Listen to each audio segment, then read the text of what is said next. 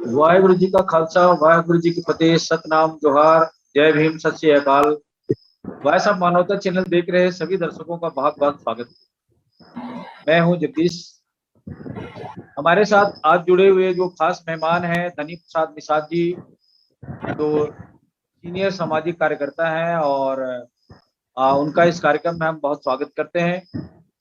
हमारे साथ संतोष साहू साहब जुड़ गए हैं रायपुर से, जो ओबीसी मोर्चा के और एडवोकेट भी हैं वो, और विभिन्न सामाजिक मुद्दों पर समय समय पर हमारे चैनल में आकर मार्गदर्शन करते रहते हैं और अपने महत्वपूर्ण विचार भी हमें देते हैं। मैं आज का जो हमारा विषय है वो संविधान की मूल प्रस्तावना के संदर्भ में है, जिसको लेकर आज भी बहुत सारे लोग अनजान हैं, और इसके बारे में संविधान को तो जानना दूर की बात है, उसकी मूल प्रस्तावना के संदर्भ में भी लोगों को जानकारी नहीं है। तो इस पर हमारा जो पहला आज उसमें जो अक्षर में लिखा हुआ है, हम भारत के लोग प्रभुत्व संपन्न समाजवादी, ऐसा एक पहला वर्ड आता है।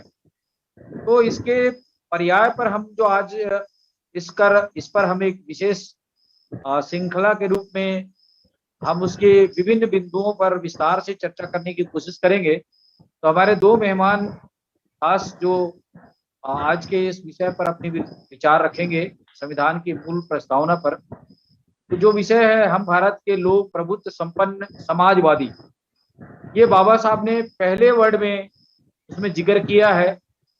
और अगर हम उसके विस्तार से जाएंगे तो इस पर मैं संविधान की मूल प्रस्तावना के संदर्भ में एडवोकेट संतोष साहू से साहब चाहूंगा कि हम आज उसके प्रथम बिंदु पर चर्चा करने से पहले जो उसकी प्रस्तावना है उसको एक बार पढ़ के हमारे दर्शकों तक लाएं, और हम पहले विषय को लेकर जो पहला सब्जेक्ट हमने उसमें चुना है उस पर हम आज बारी बारी से हमारे दो एक्सपर्टों से बात करने की कोशिश करेंगे।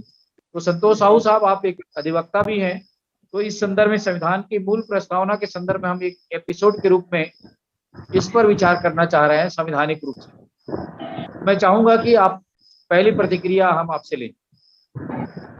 जी धन्यवाद। वाहेगुरु जी का खालसा, वाहेगुरु जी की फतेह। जी फतेह सर।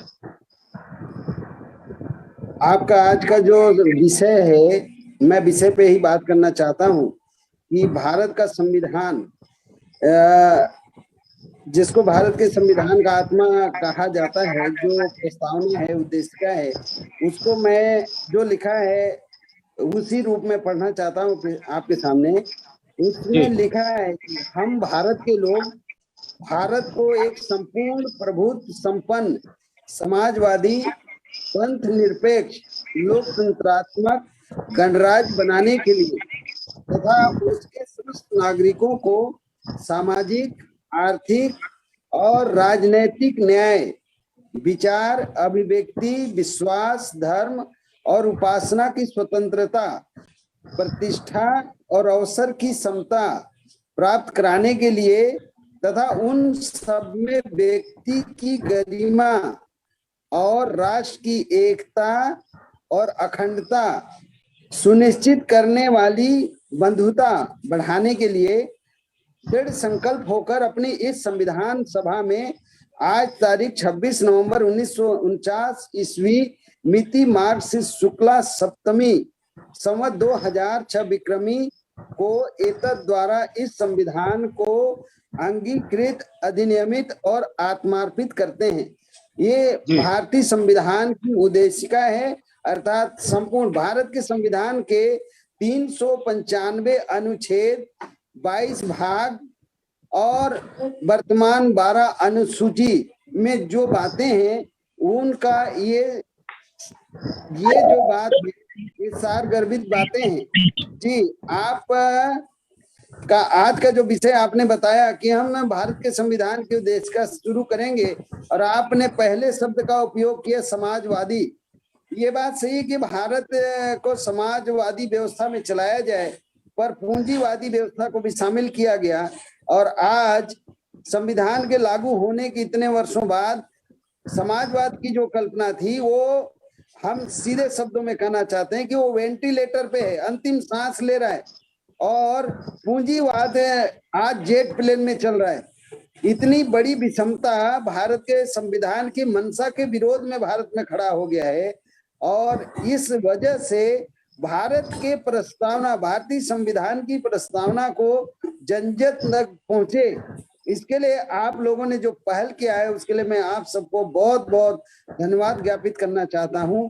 और वाय साहब मानवता के सीईओ, बहुत आदर और सम्मान के साथ मैं कहना चाहता हूं, माननीय मेघराज भाई साहब, जो भारत से इतने दूर यूएसए में बैठकर भारत के लिए इतना सोचते हैं, और भारत में माननीय जगदीश सिंह जी आपके द्वारा जो कोशिश हो रहा है, क्योंकि दुनिया में अब अगर क्रांति होगा तो सोशल मीडिया के माध्यम से होगा, और आप लोगों ने ये बीड़ा उठाया है, इसके लिए मैं आप सबको दिल से, और हमारे साथ विद्वान साथी आए हुए हैं, सबको मैं बहुत बहुत धन्यवाद ज्ञापित करना चाहता हूं। जय भारत, जय मूल निवासी, नमो बुद्धाय। जी, बहुत शुक्रिया एडवोकेट संतोष साहू साहब। आपने बहुत संक्षिप्त में बल्कि सारगर्भित शब्दों में इसकी मूल प्रस्तावना के संदर्भ में विस्तार से बातें कह दी है। हम आपके पास फिर से लौटेंगे इस संदर्भ में, इस विषय को लेकर। मैं धनी प्रसाद निषाद जी के पास जाना चाहूंगा, उत्तर प्रदेश की ओर, क्योंकि उत्तर प्रदेश एक बहुत बड़ा राज्य है और वहां से सामाजिक क्रांति की दिशा में लगातार काम कर रहे हैं।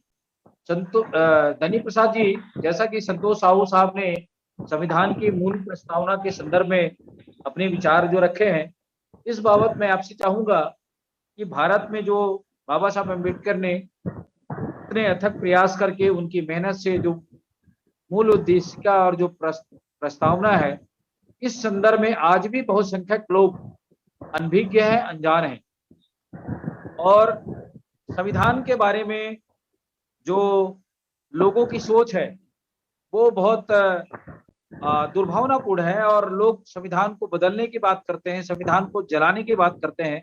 तो इस संदर्भ में मैं आपकी प्रतिक्रिया चाहता हूँ, धनी प्रसाद निषाद। धन्यवाद सर। आज इस वेबिनार में उपस्थित हमारे सभी सम्मानित पत्रकार योग साथियों को मेरा जय भीम, जय भारत, जय संविधान जी। आज हमारे आदरणीय संतोष साहू जी ने जो बात बताई है वो बहुत प्रभावशाली है, और भारत का जो प्रियम्बल है ये ही हमारे सभी अधिकारपूर्ण का एक रक्षक है। अभी वर्तमान सरकार इसको चेंज करने के लिए आवाज उठाई थी, लोकसभा में हंगामा हो गया जी, तो उस बात को छेड़ा नहीं कि भारत का प्रेम्बल ही बदल दिया जाए, क्योंकि इसमें प्रभुत्व संपन्न समाजवादी शब्द है और धर्मनिरपेक्ष। इन्होंने कुछ पीछे हुआ था, इसको पंथ निरपेक्ष कर दिया, फिर थोड़ा हंगामा हुआ, फिर धर्मनिरपेक्ष अभी आ गया। नए संविधान मेरे पास 2011 का है, उसमें लिखा पंथ, फिर अभी नया आया, फिर वो धर्मनिरपेक्ष हो गया। तो समय समय पर इसमें सारे चीज जो हमारा प्रियम्बल है, इसमें कोई ऐसा चीज नहीं छूटा है जो हमारे बहुजन समाज या पूरे देशवासियों को एकजुट न रख सके, और सभी के समस्याओं का समाधान हल है इसमें। लेकिन हमारे लोगों को इसलिए नहीं पता है, न हमारे लोगों ने समाज को बताया। ये घर घर ये कॉलेजों में पढ़ाना जाना चाहिए, न इसको पढ़ाया गया तो दूसरी चीज उसका नाम नहीं लेते जो पढ़ाई हो रही है। लेकिन ये इसको हमारे हर कॉलेज, स्कूल, कॉलेज, यूनिवर्सिटियों में भी इस चीज को पढ़ाया जाना चाहिए बच्चों को कि हमारे देश का संविधान क्या है, प्रियम्बल क्या कहता है, और जो हमारे शासक वर्ग हैं वो क्या कह रहे हैं। तो इसमें जो हमारे उसमें दिया है, लोकतंत्रात्मक गणराज्य बनाने के लिए तथा उसके समस्त नागरिकों को सामाजिक, आर्थिक और राजनीतिक न्याय, विचार, अभिव्यक्ति, विश्वास और धर्म की अवसर की क्षमता प्राप्त कराने के लिए, ये सब इसमें वर्णित है। लेकिन फिर भी ये हमारे समाज को इम्प्लीमेंटेशन नहीं हुआ, और आज तो बिल्कुल छीना जा रहा है। तो इस पर कई सी चीजें हैं, ये सारे चीज दिया है, इसमें सभी को समान अवसर दिया जाना चाहिए। तो अवसर क्या है, आप देख ही रहे हैं, लेटरल एंट्री द्वारा सीधे सवर्णों की भर्ती हो रही है। तो इसमें कई सी चीजें हैं, जैसे हमारे समाज को है विचारधारा, राजनीतिक संकट भी है, नैतिकता का संकट है, संगठनिक ढांचे का संकट है, जीविकोपार्जन का संकट है, जो ये सारे चीजें इसमें वर्णित हैं। विचारधारा का संकट है, जो हमारे महापुरुषों ने दिया था, उनकी पहचान का संकट है। हमारे महापुरुषों के विषय में न कहीं पढ़ाया जाता है, न कोई बताया जाता है, इसलिए वो विलुप्त सा होते जा रहा है। तो हमें उस तरह से ये काम करने की जरूरत है कि जिससे हम लोगों को अवगत करा सकें।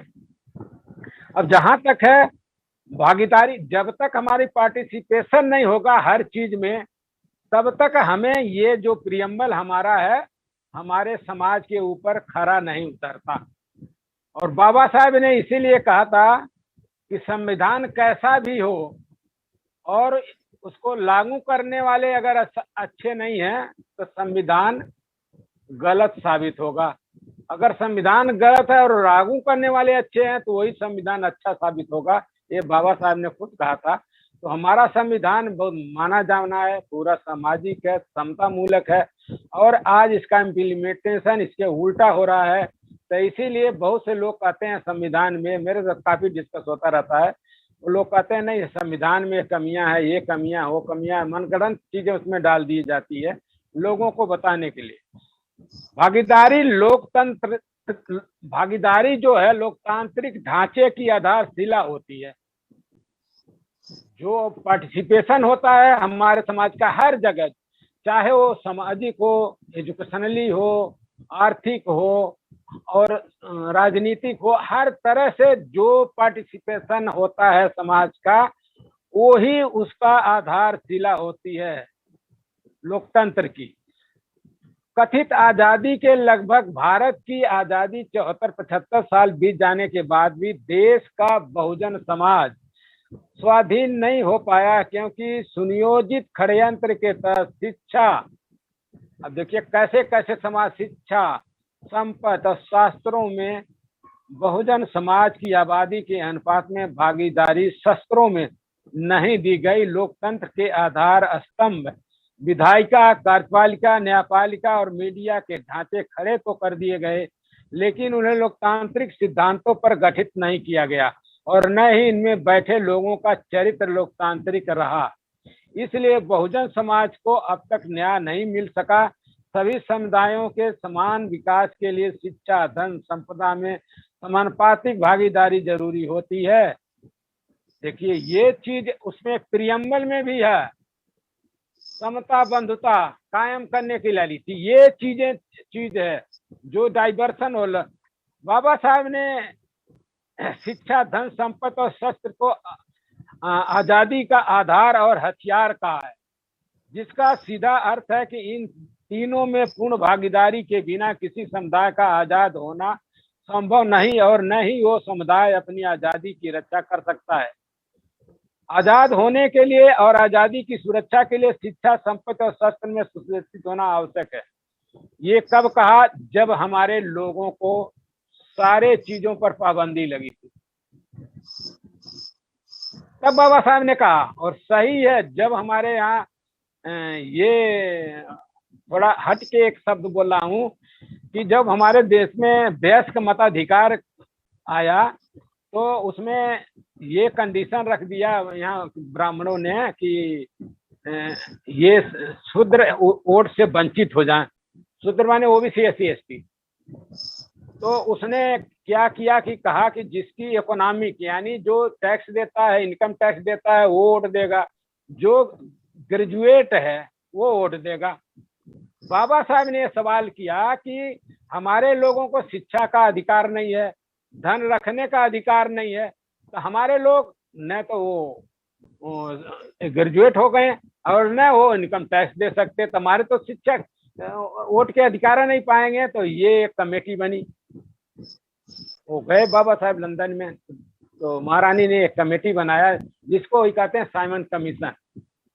उन्होंने 7 कमेटी बनाई यहाँ उसका निरीक्षण करने के लिए। ये है हकीकत में क्या उन्होंने बताया वो होगा।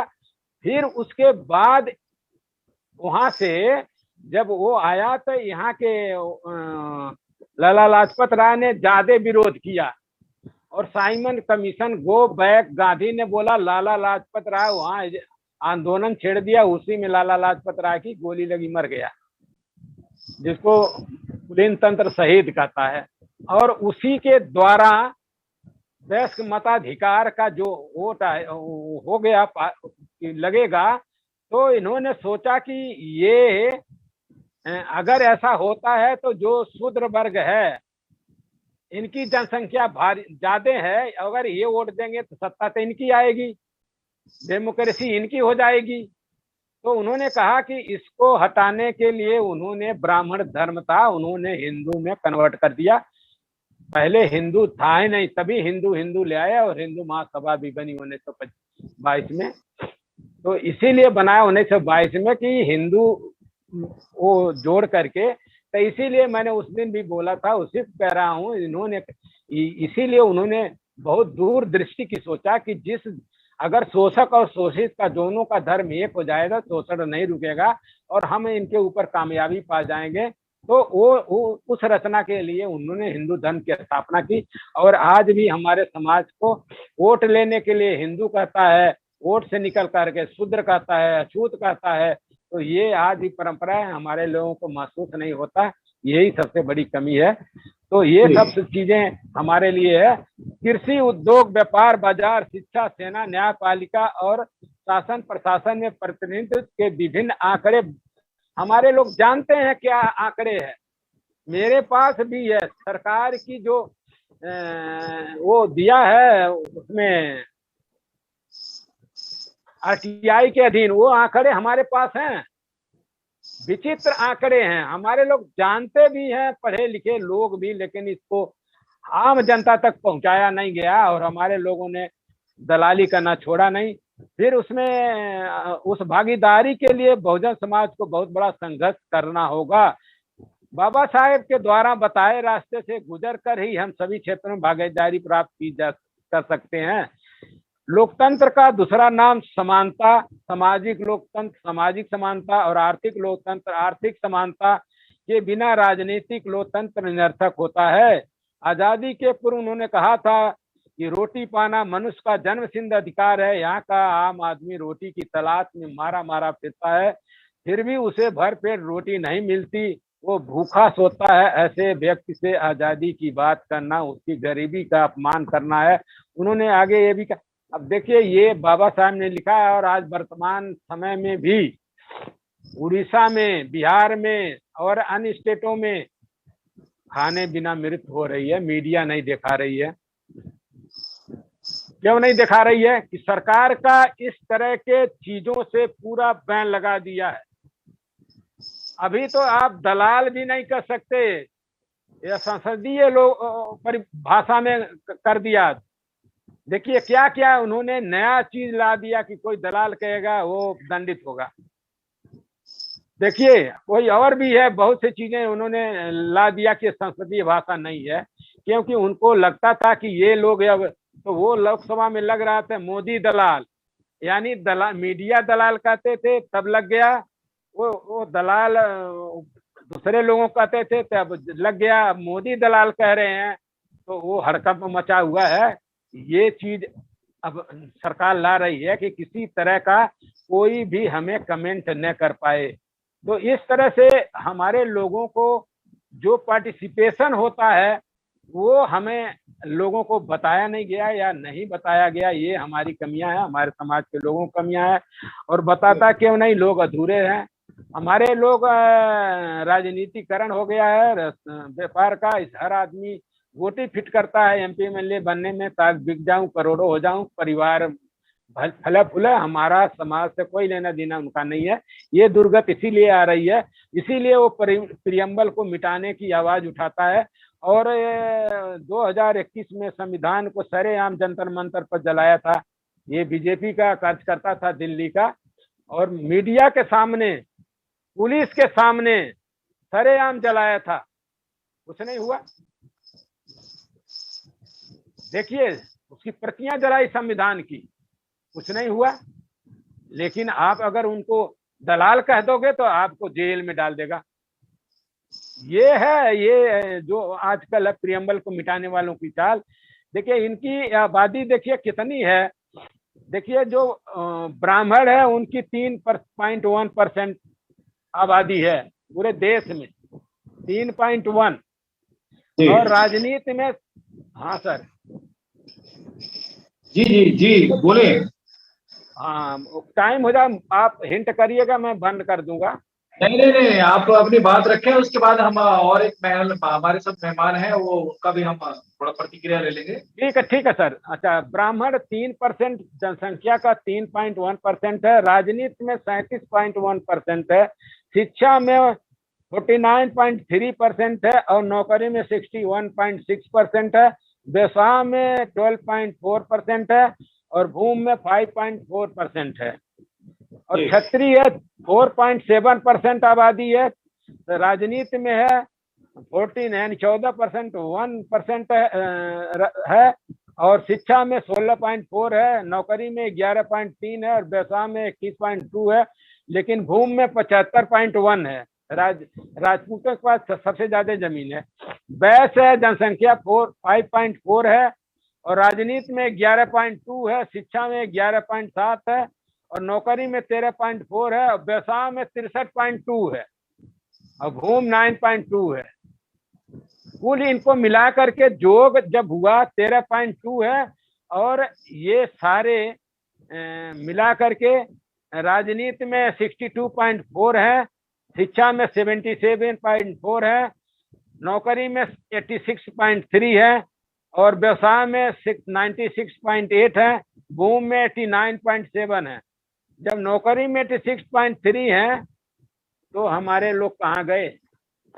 बाकी हड़प के बैठे हैं, और धड़ल्ले से ये हमारे लोगों को, हमारे भी लोगों की ये सूची है, टाइम बहुत हो जाएगा, तो यही कह रहे हैं कि हमें इस पर बिल्कुल लोकतंत्र की बुनियादी शर्तों को रेखांकित करते हुए बाबा साहब ने कहा था, राजनीतिक लोकतंत्र तब तक कायम नहीं रह सकता। बहुत इंपॉर्टेंट बात कहा उन्होंने, राजनीतिक लोकतंत्र तब तक कायम नहीं रह सकता जब तक उसकी नींव सामाजिक लोकतंत्र तथा समता, स्वतंत्रता, न्याय और बंधुत्व जीवन के सिद्धांत के रूप में व्यवहारिक न हो। वास्तव में समाज की रचना जैसी होगी, राजनीतिक प्रजातंत्र वैसा ही होगा। राजनीतिक सफलता के लिए आवश्यक है कि सामाजिक विषमता, ऊंच नीच की भावना आदि न हो। यदि हम अतीत की ओर झांके तो यह स्पष्ट दिखाई देगा कि वर्गों जातियों के रूप में गैर बराबरी ने देश को गुलाम बनाने में मदद की है। जी तो बाबा साहब ने बहुत सी हमें संदेश दिया है। बहुत शुक्रिया धनी प्रसाद जी, हम आपके पास हाँ, तो सभी सम्मानित साथियों हम आपके पास एक बार फिर से लौटेंगे। चलिए ठीक है, धन्यवाद प्रसाद जी, बहुत सुंदर विचारों के साथ आपने अपनी बातों को रखा है। हम आपके पास फिर दोबारा लौटेंगे। हमारे साथ पूजा कमल जी जुड़ी हुई है कानपुर से, उत्तर प्रदेश से ही। मैं उनसे चाहूंगा कि वो स्क्रीन पे आए और अपनी विचार रख सकते हैं संविधान की इस प्रियम्बल की प्रथम पूजा कमल जी अपनी आवाज म्यूट करें। पूजा कमल जी हमें सुन पा रही हैं? अपनी आवाज म्यूट करें। मुझे लगता है कि वो उनसे हमारा संपर्क नहीं हो पा रहा है। मैं संतोष साहू जी से चाहूंगा कि जिस दिन से धनी प्रसाद निषाद जी ने अभी अपने संविधान की इस प्रथम सब्जेक्ट पर उन्होंने जो अपने विचार रखे हैं, उस बाबत मैं चाहूंगा कि दोबारा आप अपनी इस पर प्रतिक्रिया दें, उसी पर विस्तार से बात करना है आपको। देखो अभी निषाद साहब ने जो बातें रखी हैं उससे मैं सहमत हूं, और उन्हीं बातों को मैं आगे बढ़ाते हुए कहना चाहता हूं कि वर्तमान भारत की जो परिस्थितियां हैं, चाहे व्यवस्थापिका को लेकर, कार्यपालिका को लेकर, न्यायपालिका को लेकर, या मीडिया, मिलिट्री, जो भी व्यवस्था है, वो सब कुछ संविधान के अंदर है। संविधान के अंदर भारत का सुप्रीम कोर्ट है, संविधान के अंदर भारत के राष्ट्रपति हैं, संसद के दोनों सदन हैं, राज्यों के समस्त विधानसभा विधान परिषद हैं, और भारत में अनुसूचित जनजाति का जो विशेषाधिकार क्षेत्र है, ये सब कुछ भारत के संविधान के अंदर है। और भारत के आज इस देश में जो चल रहा है वो संविधान के अंदर की बातें हैं। भारत के समस्त कानूनों का स्रोत भारत का संविधान है, और इसकी जानकारी जन जन तक हो। भारत का वर्तमान अभी जनसंख्या 140 करोड़ है, और 140 करोड़ का सामाजिक सुरक्षा, आर्थिक सुरक्षा, राजनीतिक सुरक्षा, धार्मिक सुरक्षा, नौकरी पेशा, शिक्षा की व्यवस्था, शिक्षा में विशेषाधिकार, स्वास्थ्य की व्यवस्था, सड़क, जितने भी बातें हैं वो संविधान के कारण मिला हुआ है। हमारे लोग लाभ तो संविधान का ले रहे हैं, पर काम वो कहाँ कर रहे हैं, ये एक बड़ा सवाल है देश के सामने। अभी भारतीय जो हमारी माताएं हैं, बहनें हैं, बेटियां हैं, उनका जो प्रगति है, उनसे पूछा जाए कि आपका क्वालिफिकेशन क्या है, आप कितने शिक्षित हैं, योग्यता आपकी क्या है, तो मैक्सिमम आपको पता चलेगा कि वो स्नातक हैं, स्नातकोत्तर हैं, कई जगह आपको मिलेगा एमफिल हैं, पीएचडी हैं। भारतीय महिलाएं आज जेट प्लेन चला रही हैं, ट्रेन चला रही हैं, बड़े बड़े ओहदों में हैं। अभी तो भारत का कितना बड़ा संवैधानिक ताकत का ये बोध कराता है, हर किसी को गर्व महसूस हो रहा है कि अनुसूचित जनजाति से भारत के हमारे महामहिम राष्ट्रपति के पद पे आसीन परम सम्माननीय श्रीमती द्रौपदी मुर्मू जी भारत के राष्ट्रपति वर्तमान हैं। और ये क्यों संभव हुआ? भारत के संविधान के कारण संभव हुआ। क्या संविधान से पहले भारत की महिलाएं शिक्षा ग्रहण कर पाते थे? नहीं कर पाते थे। हमारी माँ से पूछिए कितनी पढ़ी थी, तो हमारी माँ को मुश्किल, मैं स्वयं कह रहा हूं, मेरी माँ को नाम लिखने आता था। हमारी माँ की माँ को पूछे तो उनका नाम कैसे लिखा जाए वो भी नहीं आता था। तो एक दो पीढ़ी में जो प्रगति आज भारत में हुआ है, उसका समस्त प्रगति का जो स्रोत है वो भारत का संविधान है। और भारत के संविधान पे हमें गर्व है। विश्व का इतना अच्छा संविधान जो हमें महामानव भारत रत्न डॉक्टर बाबा साहब भीमराव अम्बेडकर जी ने दिया है, हमारे महान पुरखों ने दिया है, उसके अनुसार इस देश चले। और ये देश तब चलेगा जब जन जन को भारत के संविधान का ज्ञान होगा, बोध होगा, ऐसा मेरा मानना है। और एक बात मैं यहाँ पे कहना चाहता हूँ कि भारत के संविधान की प्रक्रिया क्या है। भारत को सबसे पहले किसने कल्पना की कि भारत में एक लिखित संविधान होना चाहिए, और इसका कैसे, किन परिस्थितियों में होना चाहिए, कितने लोग शामिल होना चाहिए, बनाने वाले लोगों का चुनाव प्रक्रिया क्या होना चाहिए, ये बहुत सारी जो बातें हैं ये देश में हर किसी को होना चाहिए। और आपके माध्यम से जो कोशिश हो रहा है, एपिसोड के माध्यम से आपने पूर्व में कहा कि हम भारत के संविधान के सभी पहलुओं को बारीकी से समाज के बीच में लेकर जाना चाहते हैं, तो ऐसे पहल के लिए मैं आपको शुभकामनाएं देता हूं। और एक बात अंततः मैं कहना चाहता हूं कि भारत के अंदर आज जो गरीबी है, भुखमरी है, लाचारी है, बेरोजगारी है, महिलाओं के प्रति हिंसा है, कुपोषण है, जो गुलाम भारत में नहीं था। अगर हम गुलाम थे अंग्रेजों के, ये बात सच है कि हम गुलाम थे, अंग्रेजों को भारत छोड़ना पड़ा, पर उस समय हम अपने बेटे बेटियों का इज्जत से शादी विवाह करने लायक थे। सरकार, उस समय अंग्रेजों का सरकार हमारे बेटे बेटियों का सामूहिक विवाह नहीं करता था, हम सक्षम थे। आज हमारा हालत आप देखिए, उस समय हम इज्जत से जीने लायक लोग थे। आजाद भारत में हमारी परिस्थितियां क्या हैं? उस समय आतंकवाद का कोई सवाल नहीं था, नक्सलवाद नहीं था, इस तरीके से हिंसाएं नहीं थी। आजाद भारत में क्या हो रहा है? इसका बस एक ही कारण है कि भारत के संविधान के ऊपर भारत को चलाने वाले लोग जो मंशा है संविधान का, उस पर अमल नहीं कर रहे हैं। इसके लिए जन जागरूकता बहुत जरूरी है। जब तक लोग जागरूक नहीं होंगे, संविधान को लेकर उनके अंदर जानकारी नहीं बढ़ेगी, ये जो दुर्गति हो रहा है देश में, ये रुकने वाला नहीं है। अभी भारत का सर्वोच्च न्यायालय को देखिए, माननीय उच्च न्यायालयों को देखिए, माननीय सेशन कोर्ट और डिस्ट्रिक्ट जो न्यायालय है उनको देखिए। भारत में लोकतंत्र है, लोकतंत्र कैसे चलता है? बहुमत के आधार पे।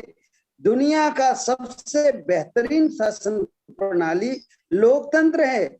आज का जो भिखारी है वो कल का राजा हो सकता है, जनता के जनमत से आपके सामने दिखाई पड़ रहा है। कोई भी राजा हो, महाराजा हो या रंक हो, सबको राजनैतिक रूप से समान अधिकार भारत का संविधान बहाल किया। ये बात सही है कि डॉक्टर बाबा साहब भीमराव अम्बेडकर जी ने कहा था कि हम राजनीतिक रूप से पूरे देश में समान हो गए, कानूनन समान हो गए, पर व्यवहार में अभी भी हम सामाजिक रूप से बहुत बड़े असमानता के शिकार हैं, बहुत बड़े आर्थिक समानता के हम शिकार हैं। अगर भारत के लोकतंत्र को मजबूत करना है तो यथाशीघ्र इस देश को चलाने वाले जो शासक होंगे उनको उनका प्रथम कर्तव्य होगा कि भारत में सामाजिक समानता है, आर्थिक समानता है, ज्यादा से ज्यादा शिक्षा के ऊपर खर्च किया जाए, देश को शिक्षित और जागरूक कर उनको अपने पैरों पे खड़ा किया जाए। ये उनकी परिकल्पना थी जो आज भी कमोबेश अधूरा है। उसके लिए पूरे देश के लोगों को काम करना होगा, अपना खाकर अपना लगाकर, इस क्योंकि ये देश हम सबका है। ये देश जितना खुशहाल होगा उतना ही भारतीय लोग खुशहाल होंगे। इस मौके पे मैं बस एक बात और कहना चाहता हूं कि भारत के संविधान का जो मंशा है उसके अनुरूप समाज रचना हो। और ये भी बात है कि जिन लोगों का समाज का नियंत्रण जिन लोग के हाथ में होगा, राज्य का नियंत्रण भी उन्हीं के हाथ में होगा। ये बात को हम भारतीयों को भली भांति समझना चाहिए। और ये आगाह महामानव Bharat Ratna symbol of knowledge doctor बाबा साहब भीमराव अम्बेडकर जी ने आगाह किया है, उनके बताए रास्ते पे हमें चलना चाहिए। और खुशहाली, सुरक्षा, इज्जत, मान, जाति के दंश से अगर हमें उबरना है तो बस यही एक रास्ता देश में है जिसपे हम चलकर अपने खुशहाली को, आजादी को, स्वतंत्रता को, समानता को, न्याय को हम प्राप्त कर सकते हैं। इस मौके पे इतना कहना चाहता हूँ। बहुत बहुत धन्यवाद जी। बहुत शुक्रिया संतोष साहू साहब, आपने संविधान की मूल प्रस्तावना के संदर्भ में इसकी व्याख्यात्मक रूप से आपने परिचर्चा की है, क्योंकि भारत के अंदर में मेन स्ट्रीम की मीडिया ऐसे ज्वलंत मुद्दों को लेकर संविधान के विषय पर कभी भी ना कोई डिबेट करना चाहती है, ना दिखाना चाहती है, ना उनके प्रेम्बल के रूप में मुझे लगता है कि आज तक के इतिहास में कभी भी संविधान के बारे में कोई जानकारी मेरे याददाश्त में नहीं है। वह सब मानवता चैनल की इस कड़ी में हम लोगों ने ये शुरुआत किया है कि हम संविधान की उद्देशिका की मूल प्रस्तावना के एक एक बिंदुओं पर विस्तार से हम चर्चा करने की कोशिश करेंगे और लगातार इसे हम जारी रखेंगे। इसमें भारत के प्रत्येक बुद्धिजीवी लोग इसमें शामिल हो सकते हैं और अपने विचार साझी कर सकते हैं। और ये जो हमारा जो चैनल है ये आप सब लोगों के लिए चैनल है, आपका ये अपना चैनल है, बाबा साहब मानवता चैनल अपने लोगों की आवाज है। और इस पर हम बेबाक रूप से संविधान ने जो हमें अधिकार दिया है, मौलिक अधिकार, अभिव्यक्ति का अधिकार, उस पर भी हम विस्तार से चर्चा करेंगे। लेकिन आज हम संविधान की प्रथम संरचना से शुरू किए हैं, तो मैं दोबारा फिर से बहुत शुक्रिया संतोष साहू साहब, आपने बहुत विस्तार से बातें रखी। मैं धनी प्रसाद निषाद जी के पास फिर से जाना चाहूंगा। धनी प्रसाद साहब, अभी जैसा कि संतोष साहू जो एक वरिष्ठ सामाजिक कार्यकर्ता हैं, अधिवक्ता भी हैं, उन्होंने संविधान की संदर्भ में बहुत विस्तार से बातें रखी है। मैं चाहूंगा कि दोबारा उनकी जो कमी बेसी है उसको आप पूरा करें इसको, क्योंकि ये जो हमारा महत्वपूर्ण विषय है इसको हमारे लोगों को भी, बहुत से लोगों को जानने की जरूरत है। बहुसंख्यक समाज, SC, ST, OBC माइनॉरिटी के लोगों को जानने की जरूरत है, क्योंकि जिन लोगों को जानकारी है वो तो संविधान को खत्म करने और समाप्त करने की बात करते हैं, लेकिन इसकी सुरक्षा कौन करेगा?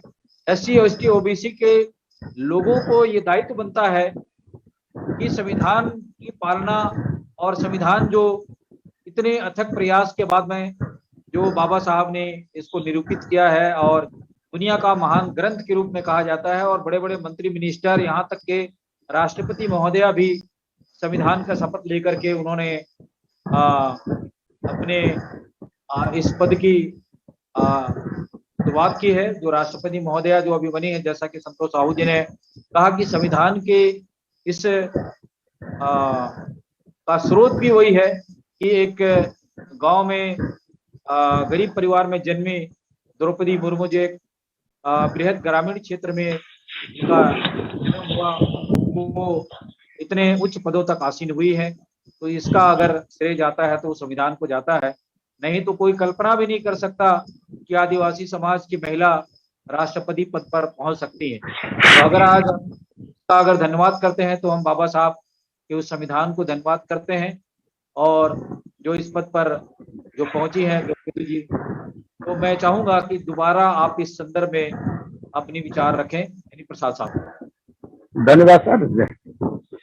बाबा साहब ने कहा था कि विचारधारा में नैतिकता का स्थान सर्वोच्च है। समाज के नैतिक स्रोत के रूप में उन्होंने बहुत धन दिया था, किंतु यह केवल मात्र एक सांस्कृतिक पहचान के रूप में प्रयोग होता है। उसके आगे ये लोगों ने दूसरे रूप में ले लिया। दूसरा ये है कुलीन तंत्र का। कुलीन तंत्र आप समझते ही होंगे। उनकी विचारधारा है, अगर वो संविधान को डायरेक्ट हिट करेंगे तो विरोध होगा, अगर प्रियम्बल के किसी अंश को डाइल्यूट करेंगे, डाइवर्ट करेंगे तो विरोध होगा। इसलिए उन्होंने कहा है कि शासक कोई हो, उनका मेन मकसद शासक कोई हो, उनकी जो सनातन व्यवस्था कायम रहे, चाहे राष्ट्रपति कोविंद हो, चाहे राष्ट्रपति मुर्मू हो, चाहे प्रधानमंत्री मोदी हो, उनकी जो प्राचीन सनातन व्यवस्था है वो जस की तस कायम रहनी चाहिए। अब कायम है वो, और उन्हीं के द्वारा जो संविधान को डाइल्यूट करेंगे तो एक दिन ये भारत का इतिहास लिखा जाएगा कि शूद्रों ने अपने देश की जो सरकारी संपत्ति थी बेच दिया, शूद्रों ने भारत का इतना बढ़िया संविधान खत्म कर दिया। ये हमें परखने की जरूरत है, ये हो क्या रहा है। ये नहीं है कि हमें संविधान की रक्षा के लिए संवैधानिक तौर से मुर्मू का चुनाव हो रहा है। ये उनकी व्यवस्था, उन्होंने आई ऐसे नहीं आई। उनका नाम आते ही उन्होंने शिव मंदिर गया, वहां झाड़ू लगाई। देखिए एक राष्ट्रपति होता है, कोविंद जी गए थे, उनको पुरी में पूजा नहीं करने दिया जी, बगल में पूजा कराया। और जब राम मंदिर बना, निर्माण के लिए पैसा वसूला जा रहा था, तो 5,51,000 रुपया सबसे पहले इन्होंने रसीद कटाई, लेकिन एक शब्द नहीं बोला कि हमारे साथ क्या हुआ, कि हमें उसका वहां जाने नहीं दिया, छूत हो जाएगा। पशुपतिनाथ गए, वहां भी नहीं छूने दिया। तो ये हमारे देश के राष्ट्रपतियत मैं समझता हूँ, ये संविधान की, इनके राष्ट्रपति बनने से संविधान की अवहेलना है। जब संविधान की गरिमा नहीं बचा पाते थे, ऐसे आदमी को संवैधानिक पद पर रहने का कोई नैतिक जिम्मेवारी नहीं होना चाहिए, और नैतिक पतन हो रहा है। इसीलिए देखिए ये व्यवस्था कैसे होगी और क्यों हमारे साथ है, ये संविधान के दूसरे डाइवर्सन हो रहा है, क्यों हो रहा है। यही एक कारण है कि हमारे लोगों को केवल अपनी व्यवस्था को सुदृढ़ बनाने के लिए अच्छे अच्छे पदों पर जो उनके मन पसंद के हैं ला रहे हैं, ताकि उनको वोट भी मिलता रहे, सपोर्ट भी मिलता रहे, संविधान भी खत्म हो जाए और संविधान के रक्षक भी यही कराएं, विनाशक भी यही कहलाएं। तो ये बड़ी गहरी साजिश है, और इसको बचाने के लिए हमें कमिटेड लोगों को चाहिए।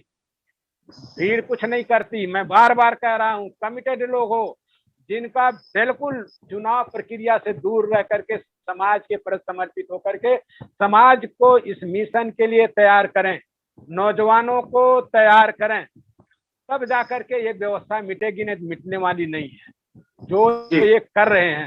मैं कह रहा हूं कि आप लोगों में से अगर कोई आदमी आगे आना चाहे, कमिटेड हो और आए देश को ले चलना, दिशा देने के लिए कमिटेड, लेकिन गुप्त रूप में कुछ दिन काम करने पड़ेंगे, और पूरे स्टेट के 2-2 आदमी लेकर के, और कमिटेड लोग हों, चुनाव बिल्कुल और नहीं लड़ेंगे, एक जगह बैठ करके मंथन करके पासी बनाएंगे, उनका कहीं नाम नहीं होगा, कहीं चित्र नहीं होगा, वो केवल इस समाज के, बहुजन समाज के को ही अपना परिवार मानेंगे और उनकी उत्थान की नीतियां बनाएंगे और नौजवान, आप जैसे नौजवान लोग आगे आएंगे।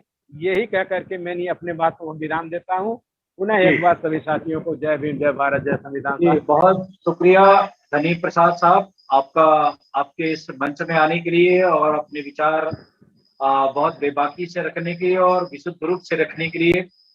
मुझे लगता है कि बहुसंख्यक समाज के लोग आपके विचारों को गंभीरता से लेंगे और चिंतन और मनन करेंगे, क्योंकि आपका जो जवाब है और जो सवाल है वो बहुसंख्यक समाज के लिए, खास को मानने वाले लोगों के लिए बहुत ही इम्पोर्टेंट है। बहुत शुक्रिया धनी प्रसाद जी। मैं संतोष साहू साहब के पास फिर से जाना चाहूंगा। संतोष साहू साहब, आज की परिचर्चा पर धनी प्रसाद साहब ने बहुत बेबाकी से अपनी बात रखी है।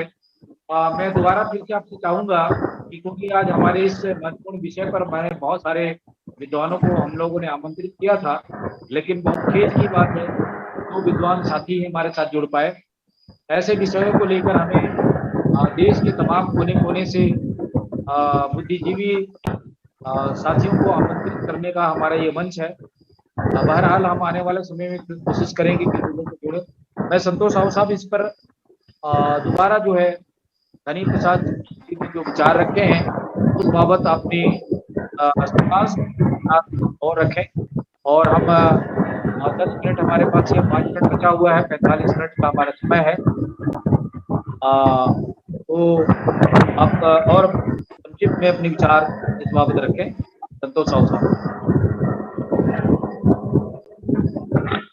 जी, आपने जैसा दोहराया कि हम भारत के संविधान के प्रस्तावना में लिखे हुए हर शब्द के ऊपर कार्यशाला लगाएंगे, ये बहुत आवश्यक है कि आप इसके ऊपर काम करें। मैं बस इस विषय पे कहना चाहता हूँ कि भारत के संविधान में के उद्देशिका में 2 शब्द आया है।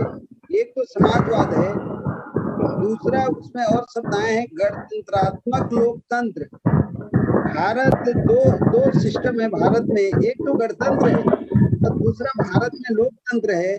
गणतंत्र के प्रमुख भारत के राष्ट्रपति जी हैं और लोकतंत्र के प्रमुख भारत के माननीय प्रधानमंत्री जी हैं। ये 2 व्यवस्थाएं एक साथ भारत में है, क्योंकि अंग्रेजों का जो जमाना था उस समय भारत को, भारत जब बनाया गया तो भारत के 3 हिस्सा थे। एक तो ब्रिटिश इंडिया के अधीन भारत का भूभाग था, जो हमारे राष्ट्रीय गान में आता है, पंजाब, सिंध, गुजरात, मराठा, द्रविड़, उत्कल और बंग, मतलब बंगाल। दूसरा जो हिस्सा है वो भारत के स्थानिक राजाओं का था, जो जिनकी संख्या 565 रही है। तो उनका एक स्वतंत्र अस्तित्व था भारत में। अंग्रेजों को जो टैक्स था वो देकर अपना राज चलाते थे। तीसरा जो हिस्सा है वो भारत के अंदर, भारत के बीचों बीच जंगलों में, जहां अखाक हो बियाबान जंगल था, वहां मानवीय कोई सुविधा नहीं थी। जहां पे आदिवासी भाई निवास करते थे वहां बिजली नहीं, सड़क नहीं, पानी नहीं, स्वास्थ्य नहीं, कुछ नहीं, फिर भी वो अपने अस्तित्व को बचा के रखे थे। और ये भी बात है कि आदिवासी भाइयों को भारत में, भारत के बीचों बीच में मुगलों ने भी परास्त नहीं कर पाया, मराठा लोगों ने भी आदिवासियों को परास्त नहीं कर पाया, फिर भी वो अपने अस्तित्व को बचा के रखे। ऐसे सभी भूभाग को मिला के भारत को गणराज्य बनाया गया, संघ शासित राज्य बनाया गया। और ये भारत का जो संवैधानिक ढांचा है, इसके ऊपर भी आप समय समय पर अपनी यह कार्यशाला रखेंगे, ऐसा मैं आशा करता हूँ। बहुत बहुत धन्यवाद। बहुत शुक्रिया संतोष साहू साहब। मैं लास्ट कमेंट के रूप में, धनी प्रसाद जी अगर हमें सुन पा रहे हैं तो अंतिम प्रतिक्रिया के रूप में आज के इस सेशन पर अपनी सारांश में बात रखें, आज की इस महत्वपूर्ण परिचर्चा पर। धन्यवाद सर। आज का चर्चा तो बहुत प्रभावशाली है और ये जो हमारे सारे समस्याओं का जो सिद्धांत है वो हमारा प्रियम्बुल है, हमारा संविधान है, हमारी जो सब्जेक्ट है, हमारे समाज के उत्थान का मूल स्रोत है वो संविधान है। तो हमें संविधान के विषय में ज्यादा से ज्यादा लोगों को अवगत कराने की जरूरत है। नए नए जो यंग जनरेशन है उनको बताने की जरूरत है, उनको साथ लाने की जरूरत है। और जब तक उनको मोटिवेट नहीं करेंगे तब तक हमें हमारे संविधान के विषय में हमारे बच्चे नहीं जानेंगे। तो हम इसमें ज्यादा हमें काम करने की जरूरत है कि ताकि संविधान के विषय में हर हमारे पढ़ा लिखा बच्चा जो अनपढ़ भी हैं उनको पता चले कि हमें जो भी अधिकार, जो भी राइट्स मिल रहे हैं वो संविधान के द्वारा मिले हैं, और संविधान के द्वारा मिला हुआ चीज ही आज हमसे छीना जा रहा है। वो सारी चीजें अगर हम सबके शेयर करके बताएंगे, नौजवानों को बताएंगे, इसमें कई विंग है, सारे विंग हैं, एडवोकेट वर्ग है, टीचर्स ग्रुप है, तो ऐसे ऐसे स्टूडेंट ग्रुप है, वुमेन्स वर्ग है, उसमें फार्मर्स ग्रुप है, सभी के बीच में अगर जा करके हम इस चीज को करेंगे तभी लोग समझेंगे कि वाकई जी संविधान ही हमारी एक ऐसी स्रोत है जिसके माध्यम से हम अपनी ऊंचाइयों को प्राप्त कर सकते हैं और अपनी समस्याओं का निराकरण भी कर सकते हैं। बशर्ते संविधान को कैसे इम्प्लीमेंट करें ये सबसे बड़ी समस्या है। जब तक हम इसके प्रति सभी लोग सोचेंगे नहीं, संगठित नहीं होंगे, सच्चाई को नहीं जानेंगे, पहचानेंगे नहीं और मानेंगे नहीं, तब तक ये संविधान हम लागू भी नहीं करवा सकते, क्योंकि आज कुलीन तंत्र के हाथ में है। इसीलिए ये संविधान को डाइवर्ट कर रहे हैं और सारी चीजें अभी पाकिस्तान में भी लिख दिया कि पास कर दिया कि बेचेंगे, श्रीलंका में हो ही रहा है, हमारे देश में धड़ल्ले से बिना लिखे हो ही रहा है सब कुछ। तो ये संविधान बचाने की सबसे बड़ी जिम्मेवारी हमारे लोगों पर है, और आप जैसे प्रबुद्ध सभी लोगों से यही उम्मीद है कि सभी लोग मिल करके इस संविधान को सुरक्षा करेंगे और आने वाली पीढ़ी को, उनके भविष्य को सुरक्षित करेंगे। इन्हीं बातों के साथ मैं अपनी बातों को विराम देता हूँ। जय जी, बहुत शुक्रिया धनी प्रसाद साहब। जैसा कि आज की हम संविधान की प्रेम्बल पर प्रथम चर्चा को लेकर हम आज एपिसोड के शुरू किए हैं और इसको हम विस्तार से लगातार चर्चा करते रहेंगे और भारत की संपूर्ण जानकारी को भारत के लोगों के बीच में लाने की कोशिश करेंगे। मैं लास्ट कमेंट के रूप में संतोष साहू साहब से चाहूंगा कि आज की महत्वपूर्ण चर्चा पर लास्ट कमेंट दें संतोष साहू साहब।